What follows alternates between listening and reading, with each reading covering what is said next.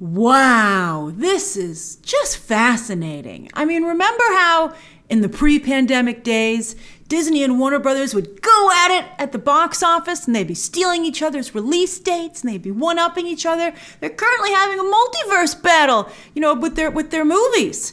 But now it looks like the war between Disney and Warner Brothers. Universal, as we've discussed, is surprisingly, sometimes they can really get a good shot in there at Disney. But it's not consistent. It's only every once in a while. And you go, oh yeah, Universal.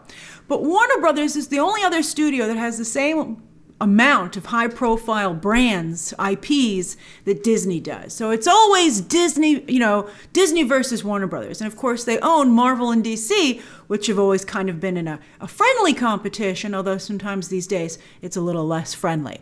But now, Disney Plus and HBO Max are locked in the same battle. And once again, who's the big winner? We are! All right, so welcome to what are we on here? Round 3 of movie studios scaring the crap out of each other. So first, for streaming services. So first, Disney scared Warner Brothers with their Disney Plus subscriber numbers. Actually, Warner Media. Then, Warner Media scared Disney. It's weird they're on a different level because nobody owns Disney. Disney's totally self-owned, whereas Warner Brothers is part of. Again, I made a video. You can check that out. Link down below is to explaining the hierarchy of AT&T all the way down to Warner Brothers. But anyway, then Warner Media scared Disney with putting Wonder Woman 1984, Warner Media AT&T, on HBO Max the same day as Pixar Soul. Remember?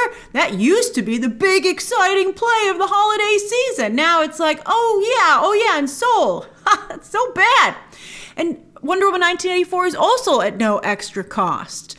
They're like, some of you said it was a little bit of Mulan shade. And even though Disney, did learn that lesson and Soul is no extra cost, Wonder Woman 1984 doesn't have the same embarrassing stumble in their recent history. And Soul is a Pixar animated movie. It is the Oscar frontrunner for Best Animated Feature, but it's also a new property with no built-in audience. Meanwhile, Wonder Woman 1984 is a sequel to a very popular blockbuster. Who cares if the third act wasn't perfect? It was an amazing movie. It's lighthearted, it's fun, it's got big budget action sequences. It's a part of a major franchise, DC. And it will be the first major blockbuster period from any major studio to technically go straight to streaming. That is a really big deal. It could be as big a folly as Mulan for $30 on Disney Plus, but they're trying new stuff here, man. They got to see that. Someone's got to go first. Disney went first on the upcharge, and now Warner Brothers is going first. There's so many people making decisions over at Warner Brothers, but they're going first with the major franchise picture straight to streaming. But, suddenly Disney finds itself playing defense when the mouse is used to only playing offense, right? Suddenly Disney is not the cool hip place to be. And this is where it gets interesting because Disney has always struggled with this. It's why Bob Iger purchased Marvel and then Lucasfilm to appeal more to men and adults. Disney found that small children and families love going to their theme parks, but when Universal got Harry Potter, a Warner Brothers IP, Universal suddenly started to be able to compete in the theme park business, and it scared Disney. So they made that acquisition because when they own a property, it's not only something that they do in movies, but as you can see, it trickles down all the way. Television, merchandise, theme parks. And Disney needed something that was cooler. But they don't have that much cool stuff besides The Mandalorian and WandaVision coming up. But WandaVision, I think, is a Wonder Woman 1984 level event. But that's not till January, and they can't move it up because they're stuck because they have Mandalorian going through December 18th. Then they have Soul. They can't move Soul. It would be humiliating. And then they have WandaVision in January. So it's tough, By going first, Warner Brothers was able to take advantage of that and really hit them hard. Wow, Warner Brothers gets so few amazing blows like this in. It is truly amazing and impressive. So, they have to make sure, they want to make sure that they're a cool place to be. But, you can see that Disney's not freaking out too much because it's not like they're putting Black Widow on Disney Plus, as you can see from this headline, at least that we know of. If Disney puts Black Widow on Disney Plus, then they're really losing their cool. I I don't know if they necessarily, and also if they do that now, it'll look like they're just copying Warner Brothers, and that's pretty uncool as well. And you might be like, I don't care who's cool, Grace. I just want to watch these movies. But these companies are posturing. They have to impress investors. They want to have a good image. Disney has been the cool kid on the, they've been just unbeatable everywhere for so long. That's been the narrative in the box office. And then it looked like they were going to do that with streaming services and then television with WandaVision. And then just out of nowhere, HBO and Warner Brothers and AT&T have ruined that narrative, at least for the holidays, with this Wonder Woman 1984 announcement. It's amazing! Also, of these movies the deadline says that Disney is considering putting on Disney Plus, let's be honest, none of them are Wonder Woman 1984 cool. Cruella kind of, but it's still, it doesn't have that edge. It doesn't have that cool edge that Wonder Woman does and that Marvel and Star Wars have, to be honest with you. So December 10th is going to continue to be a very big day, even bigger now, because Bob Chapek needs to match Jason Kilar. It's not only the battle of the studios, but the battle of the CEOs for whose streaming service has the most bang for its buck. Also, to make sure you stay subscribed. Remember, not only is the name of the game in subscription services getting you to subscribe, but to keep you subscribed. They don't want you to ride your subscriptions. People have limited budgets for entertainment, especially these days. And if people are going to add a pricey service like HBO Max for Wonder Woman 1984, that's like 3 times or at least, a little more than 2 times the cost of Disney Plus right now. So if you're going to add HBO Max, you're going to have to cut some stuff out of your entertainment budget for some of you. And I'm curious, are any of you dropping any services to add HBO Max for Wonder Woman 1984? So as for December 10th, I already have told you that I heard that Disney Plus will be adding an adult section where they can show Fox movies and non-family content. In other words, R-rated films like Deadpool.